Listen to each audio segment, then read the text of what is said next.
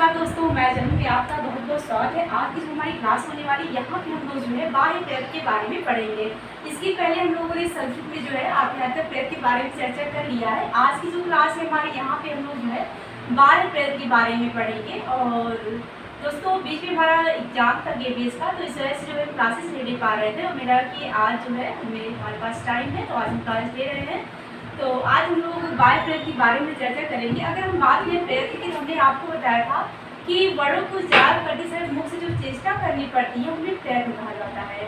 प्रेरक दो प्रकार के होते हैं, आभ्यंतर और बाह्य प्रेरक। हमने आपको आभ्यंतर प्रेरक के बारे में पढ़ा दिया है। आज हम लोग जो है बाह्य प्रेरक के बारे में चर्चा करेंगे। अगर हम बात करें आभ्यंतर प्रेरक की, तो जो आभ्यंतर प्रेरक होता है 5 प्रकार के होते हैं। आभ्यंतर प्रेरक प्रेरक 5 प्रकार के होते हैं, जबकि जो बाह्य प्रेरक होते हैं वो 11 प्रकार के होते हैं। 5 प्रकार में हमने आपको बताया था 5 प्रकार के होते हैं आभ्यंतर प्रेरक। आभ्यंतर प्रेरक 5 प्रकार के होते हैं, स्पृष्ट, ईषद स्पृष्ट, विपरीत ईषद और समृद्ध। ये जो है आभ्यंतर प्रेरक के प्रकार है। स्पृष्ट में आपका आता है स्पर्श वर्ण जो होते हैं वो आते हैं। इसके बाद है ईषद स्पृष्ट, इसमें जो है अंतर स्वर आते हैं। फिर है विपरीत, विपरीत में जो है सभी स्वर आते हैं। इसके बाद है ईषद विपरीत, ईषद विपरीत में जो है वो स्वर आते हैं। इसके बाद है समृद्ध, समृद्ध में से हर्ष आ लिया जाता है। तो ये सब चर्चाएं हमने पिछली क्लास में कर ली थी। आज हम लोग पढ़ेंगे बाह्य प्रेरक के प्रकार। यहाँ पर हमने बाह्य प्रेरक के बारे में लिखा हुआ है कि मुख से जब वर्णों के निकलते हैं तो उस समय उच्चारण करने की जो चेष्टा होती है, मुख से जब वर्ण निकलने लगते हैं उस समय उच्चारण करने की जो चेष्टा होती है उसे जो है बाह्य प्रेरक कहा जाता है। और यहाँ पे हमने लिखा बाह्य प्रेरक के प्रकार। बाह्य प्रेरक होते हैं 11 प्रकार के।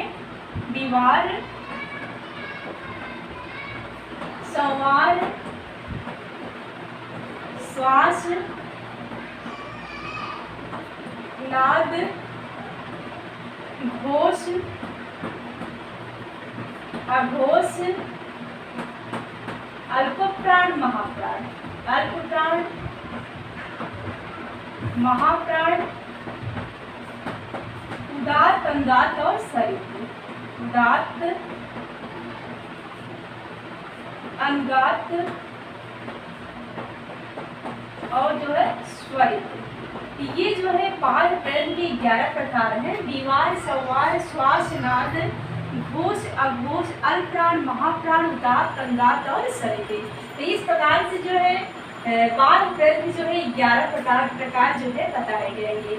आइए हम चर्चा करते हैं 11 प्रकारों में हम कैसे समझेंगे किसका जो है किन किन वर्णों का जो है बाह्य प्रेरक जो है किस प्रकार से किया जाता है।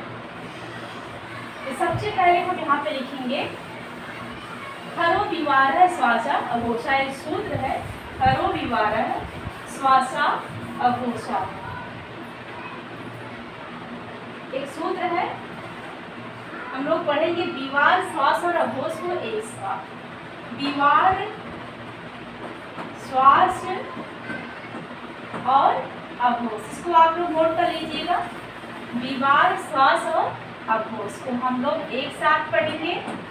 विवार, श्वास और अघोष, इसकी आप एक रीडिंग अच्छे से बना सकते हैं कि विवार, श्वास और अघोष को हमें एक साथ पढ़ना है। सूत्र में खरो विवारा सासो अघोषास। एक सूत्र है संस्कृत में, खरो विवारा,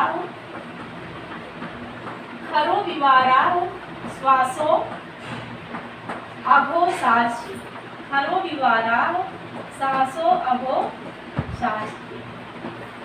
यानी कि आप इसे ये समझ सकते हैं कि जो खर प्रत्याहार के अंतर्गत वर्ण आते हैं इनका जो है बाह्य प्रेरक जो है विवार, श्वास और अघोष होता है। खर प्रत्याहार के अंतर्गत आने वाले वर्णों का बाह्य प्रेरक जो है विवार, श्वास और अघोष होता है। खर प्रत्याहार में आप जो है कौन कौन सूत्र आएगा, महर्षि सूत्रों से हम लोग खर प्रत्याहार बनाते हैं। यहाँ हम लिख लेते हैं खप चटत जटौ, खप चढ़त चटतौ, कपय शक्षक। यही से जो है ख और रा, यही से जो है खर प्रत्याहार बना हुआ है। तो खर प्रत्याहार में ख, छ, ख, था, च, त, प, छ, ठ, थ, च, ट और ता। ये क, प, स, ख और स। तो ये जो वर्ड हैं इन खट प्रत्याहार के वाले हैं आ जाते हैं। इन वर्डों का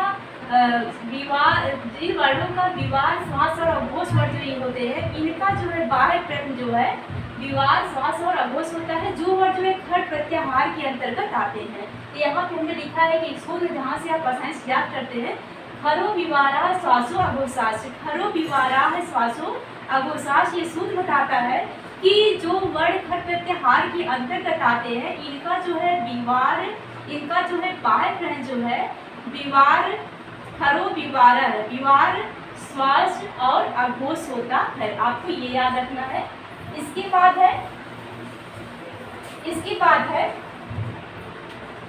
है संवार नाद और घोष। संवार नाद और घोष, संवार नाद और घोष। इसके बाद हम लोग पढ़ेंगे संवार नाद और घोष के लिए सूत्र है हसर संवारा नादा घोषाशे। हसर संवारा नादा घोषाशे। यहाँ से आपको नहीं दिखाई दे रहा है, हम यहाँ पर लिख दे रहे हैं। यहाँ पे आप लिखेंगे जो है संवार नाद और घोष, संवार नाद और घोष। यहाँ एक सूत्र संस्कृत में है कि हसो हस संवारा नादा घोषास, हस संवारा नादा घोषास। ये सूत्र आपको याद रखना है, घोषास। हसो संवारा नादा घोषास, ये संस्कृत सूत्र है जिससे आपको जो है संवार नाद और घोष जब आपको पढ़ना तो काफी आपके लिए आसान होगा। तो यहाँ इसका मतलब यह है कि हस प्रत्याहार के अंतर्गत जो वर्ड आते हैं इनका जो बाह्य प्रयत्न होता है वो संवार नाद और घोष होता है। आप यहाँ पे लिखेंगे हस प्रत्याहार में हैवरट लड़ यम गणम झभय हड़धस जब गर्दस जब गर्दस। हैवरट से लेकर हा से लेकर के सा तक, यानी कि यहाँ से हस प्रत्याहार बना है। हैवरट का हा य वो र का नहीं लिया जाएगा। हैवरट ल या म नो ड़ न झ भ भ भ ध ज ब ग ड ड। ये जो वर्ड आ रहे हैं हस प्रत्याहार के अंतर्गत, इन वर्डों का जो है जो बाह्य प्रयत्न होगा वो जो है संवार नाद और घोष होगा, और जो खट प्रत्याहार के अंतर्गत वर्ड आते हैं उनका बाह्य प्रयत्न होता है संवार नाद और अघोष होता है।